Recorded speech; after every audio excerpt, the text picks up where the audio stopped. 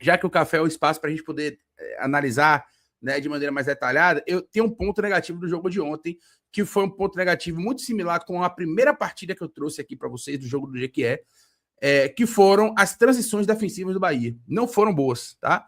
É claro, a gente sabe que é o primeiro jogo de boa parte dos jogadores ali, né? Acho que na sua totalidade, na verdade, era o primeiro jogo de todos ali que estavam jogando, né? Estreando, com exceção do Ronaldo.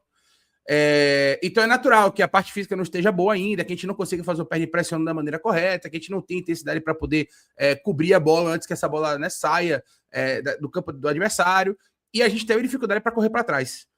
Isso aconteceu no jogo contra o Jequié, mesmo com a garotada, tanto é que a gente toma 2 gols, né? E um dos gols, inclusive, sai naquele lançamento, aquela bola longa que o Bahia não consegue pressionar, enfim, toma a bola nas costas. A gente também teve dificuldade para correr para trás contra o Jequié. Depois a gente já melhora contra a Bahia de Feira e Galícia, né? Assim, o jogo foi bem melhor contra a Bahia de Feira e Galícia no aspecto defensivo. E ontem um time que ainda não tinha jogado na temporada apresentou esse mesmo problema de transição defensiva. Acho que se a gente tivesse enfrentado um time um pouco mais técnico, ou que tivesse melhor preparado para uma transição, a gente poderia ter sofrido ali pelo menos mais um gol. Pelo menos, né? Por conta das transições que a gente não conseguiu marcar da melhor maneira. Mas faço a ponderação de que era o primeiro jogo, né, de todos ali que estavam jogando na linha, obviamente, com exceção, como eu já disse, do Ronaldo. Todos ali estavam fazendo sua primeira partida com a camisa do Bahia em 2026, então falta de ritmo é normal, falta de preparo físico é normal, né? E você termina tendo dificuldade para perder e pressionar, e isso leva, claro, a você ter que correr para trás, e como você não tem fôlego, você não corre da maneira correta, às vezes você tem que matar a jogada, enfim. E aí uma coisa vai levando a outra, né? É um efeito cascata, um efeito dominó. Luiz Teles, pontos negativos a tratar. Arbitragem, acho que é unânime, né? Consenso. Falei agora sobre transição defensiva. Eu quero falar sobre pontos negativos porque acho que a gente tem que passear logo por eles, que não são tantos, e aí depois a gente vai ter mais tempo para poder abordar todos os pontos positivos, que para mim foram muito mais, e tivemos mais aspectos positivos do que negativos do jogo de ontem. Então, se tiver mais algum ponto negativo que você observou, que você quiser abordar, o momento é esse, já ouviu para mais de 500 aparelhos conectados aqui nesta manhã de quarta-feira. Leirão, concordo contigo em relação à recomposição defensiva, né? Sobretudo a transição defensiva, né? Mas sobretudo a parte de recomposição. Ela foi um pouco mais lenta do que deveria ser, do que foi nas 2 primeiras partidas com o time reserva e com o time de meninos, por exemplo, no qual o Bahia jogou de maneira similar, mas essa recomposição ela era feita com mais velocidade, com mais gente, né? Então, de uma certa maneira, o Barcelona conseguiu encaixar esses contragolpes sem que essa recomposição fosse tão eficiente como foi no jogo anterior. Acho também que, na verdade, e aí soma-se a coisa da recomposição defensiva, ou da transição defensiva, o Bahia perdeu bolas num momento mais inicial das jogadas, e isso fez a gente ver o Bahia sofrer mais contra-ataques perigosos. Sobretudo, aí vem a outra parte negativa, que é essa questão da displicência, que a gente já falou, né? Então, assim, alguns lances, sobretudo Gilberto e Jean Lucas, acho que foram os que mais erraram nesse sentido, pelo menos 2 erros para cada, que comprometeram esses lances nos quais o Bahia sofreu o contra-ataque, né? Sofreu o contra-ataque perigoso. Então isso influencia da gente ver essa transição não exatamente menos lenta, mas menos rápida, mas com menos pessoas, né? Com menos jogadores a tempo de chegar para bloquear uma finalização, para impedir um passe mais agudo, etc. No fim das contas, ainda bem, né? David Duarte e Mingo fizeram boa partida, conseguiram, né, fazer os bloqueios ou tomar a frente dos atacantes nos melhores momentos. Apesar de direcionado para jogar em transição, o Barcelona de Ilhéus não chegava com volume nas transições, chegava com poucos jogadores, o que também ajudou bastante ao Bahia não sofrer o gol, ou as finalizações do Barcelona de Ilhéus foram praticamente todas de fora da área. Talvez a única finalização que eles tivessem a chance de fazer de dentro da área nessas transições, tá? Porque houve 2 no segundo tempo, mas talvez a única que eles tivessem a chance é Everton Ribeiro, foi quem, logo depois de ter feito uma boa jogada no ataque, foi quem foi salvar lá atrás, né? Foi quem foi dentro da área terminar bloqueando o passe e sair jogando, né?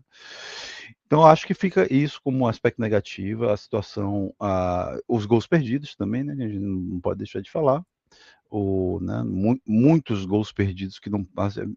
Pelo menos metade daqueles gols tem que ser feito, né? A gente sabe que não vai fazer todos, a gente dá mérito também em alguns lances para o goleiro, para a defesa adversária, mas pelo menos metade daquelas tentativas teriam que ser colocadas para dentro do gol, né? Então a gente tem esse problema, segue, né? São os mesmos jogadores no ano passado, né? Não tem esses jogadores com mais eficiência, mas no volume o Bahia segue sendo um bom ataque, né? Segue sendo um ataque que faz a gente faz reduzir os danos dessa pouca eficiência nas finalizações.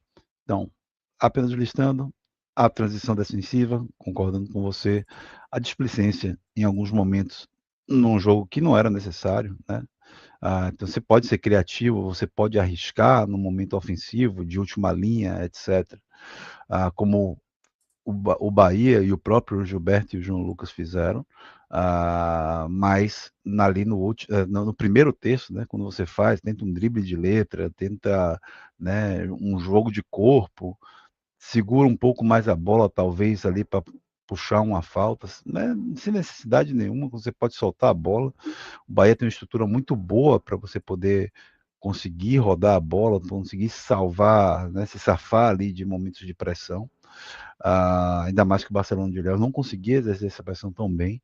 Então essa displicência também foi algo a estar notado para essa partida. É isso aí, Leirão. Show de bola. Para fechar o nosso pódio aqui, Dona Cris Farias, medalha de bronze. Bom dia, Lery Teres. Que beleza. Café com triunfo. Ronaldo não pode ficar dando essas falhas. A mais difícil ele defende, a mais fácil ele toma. Quem aguenta? Dona Cris, eu até falei sobre isso ontem no pós-jogo, né? Acho que até falando logo no iníciozinho, antes até de Lula entrar. E, velho, aquele lance ali, velho, um lance que é claro, houve a falha, tá? Ponto. Não, acabou. Falhou, ponto. Indiscutivelmente. Mas aquele lance ali é o típico lance que o goleiro ele já pensa no que ele vai fazer antes de fazer a defesa, sabe? Ele já tinha, na cabeça dele, ele já tinha projetado ali, vou defender, vou sair rápido, aquela ansiedade, né, do próximo movimento antes de realizar a defesa. E aí ele vai, faz o gesto técnico errado, né? Ele entra com a mão mais baixa do que deveria, enfim, ali ele poderia ter, ou pelo que eu vi do lance, ele poderia ter ou dado um pulinho assim para poder encaixar a bola mais na altura do peito dele, ou até, velho, como a bola veio quente, veio forte, ele poderia fechar as mãos ali e rebater, dar um soco para frente. Já vi goleiro fazer isso várias vezes, né? O próprio Rogério Ceni adorava fazer isso, né? Dar umas manchetes assim, afastar a bola de qualquer jeito. Então, eu acho que ele poderia ter tido um gesto técnico melhor, poderia ter tido ali poderia ter feito de fato um movimento melhor de defesa, mas é o tipo de lance que acontece, né? A bola não tinha chegado em momento nenhum no gol do Bahia. E aí acho que ele tá um pouco desconexo ali, de repente, no momento que o chute vem, né? O Bahia tinha acabado de fazer 3-0, né? O jogo tava super controlado. E o jogador do Barcelona arrisca um chute de fora da área, um chute venenoso, tá? A bola não foi fácil, não, foi quente. Mas é óbvio que um goleiro do nível de Ronaldo, a gente não espera que ele tome um gol como aquele, né? Que bom que foi no Campeonato Baiano, no jogo que não valia nada, e no jogo que dá para ele, que dentro do próprio jogo ele pôde se recuperar, né? Logo depois ele faz uma defesa que foi muito mais difícil do que, como você falou, né? Do que aquele chute. O cara entra praticamente cara a cara com ele faz aquela defesa em X, né? Acho que é uma defesa que já notabilizou o Ronaldo aqui no Bahia. Ele tem como marca registrada essa defesa. Acho que o X1 dele, né? O mano a mano dele é muito bom. Lembrou já outras defesas que ele fez, né? Defesa contra o Atlético Mineiro lá. Teve uma defesa contra o Bragantino aqui no Funcional também, que ele faz parecida com aquela. Enfim, ele tem essa saída em X muito forte. E acho que ele se recuperou dentro do próprio jogo. Manter a confiança, como eu disse, até na resposta anterior do Leandro, eu acho que tem que manter o Ronaldo no gol, mesmo no Clássico, mesmo se a gente entrar com o time mexido, o Ronaldo tem que ser mantido, né? A partir de agora vai começar a sequência de jogos importantes e o Ronaldo tem que estar cada vez mais pronto, né? Condicionado, preparado fisicamente e mentalmente para poder seguir no gol do Bahia, até que, a princípio, a gente traga um outro goleiro, né? Ronaldo começa o ano como titular do Bahia por mérito, por merecimento. Né? Ele terminou o ano muito bem e ele é titular hoje do Bahia por merecimento. Ainda que chegue um outro goleiro porque o Bahia está no mercado em busca de um outro goleiro, sim. Ainda que chegue um outro goleiro, não é garantido que esse outro goleiro vai chegar para ser titular. Né? Esse outro goleiro vai chegar e vai ter que trabalhar, né, no dia a dia para poder demonstrar que merece a vaga de Ronaldo. Então, entendo a chateação perfeitamente, né? Entendo a desconfiança, não é uma maneira positiva de chegar, evidentemente, numa temporada, né? De começar o ano com a falha desse jeito, mas foi pelo menos um momento de controle, né? Não foi um momento difícil, num momento que não poderia acontecer, né? Aconteceu, faz parte. Agora levantar a cabeça e não deixar com que essa falha abale, né? Acho que ele tem um mental forte. Ele já demonstrou isso, porque quando ele começa no Bahia no ano passado, ele não começa tão bem, ele não começa de maneira tão positiva e ele evolui ao longo do processo, né? Então acho que a cabeça do Ronaldo, ele tem um mental forte. Ele é um goleiro agora em contrato definitivo com o Bahia, tem um contrato longo, está estabilizado, né, aqui, ele é baiano de Salvador, então assim, ele tem tudo em termos de estrutura, em termos de capacidade para poder se manter evoluindo na meta do Bahia. Então, aguardar, né? Fiquei triste pela falha, né? Porque eu não gostaria que tivesse acontecido, mas eu também não acho que é o fim do mundo, Luiz Teles. Pois é, né? E foi uma falha técnica, né? Ele foi uma escolha técnica errada. Como você bem colocou ontem no pós-jogo, né? Ele ali estava meio na pressa, talvez, ali, de puxar um contra-ataque, né? Os meninos estavam. Acho que os meninos já estavam em campo, nem lembro agora. Não estavam, não.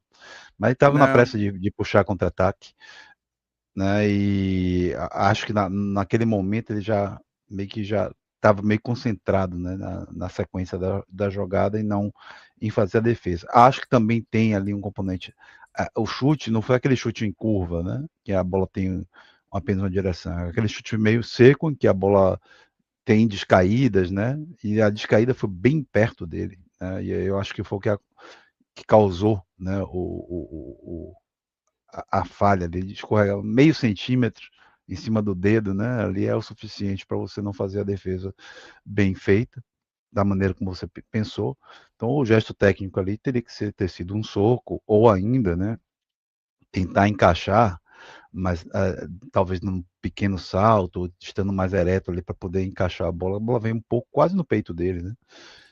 Então o gesto técnico não foi o mais apropriado para aquela defesa. Mas é isso.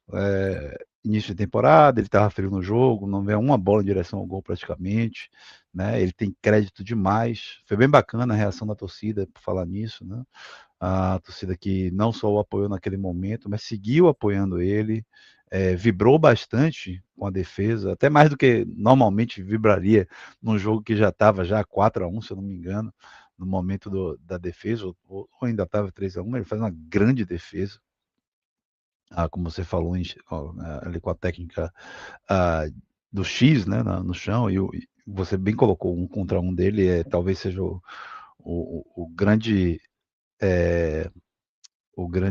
elemento dele nessa passagem dele pelo Bahia.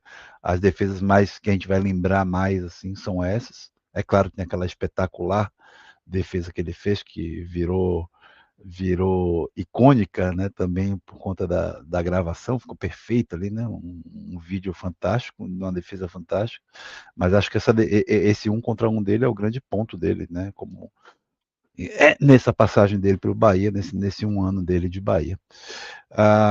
É isso, velho, acho que ele tem crédito, né, não sei exatamente se eu concordo tanto com você dele dar sequência, dar ritmo a ele indo para o Bavi. Sabe, para mim tanto faz, não faz muita diferença para mim ele jogar ou não Bavi.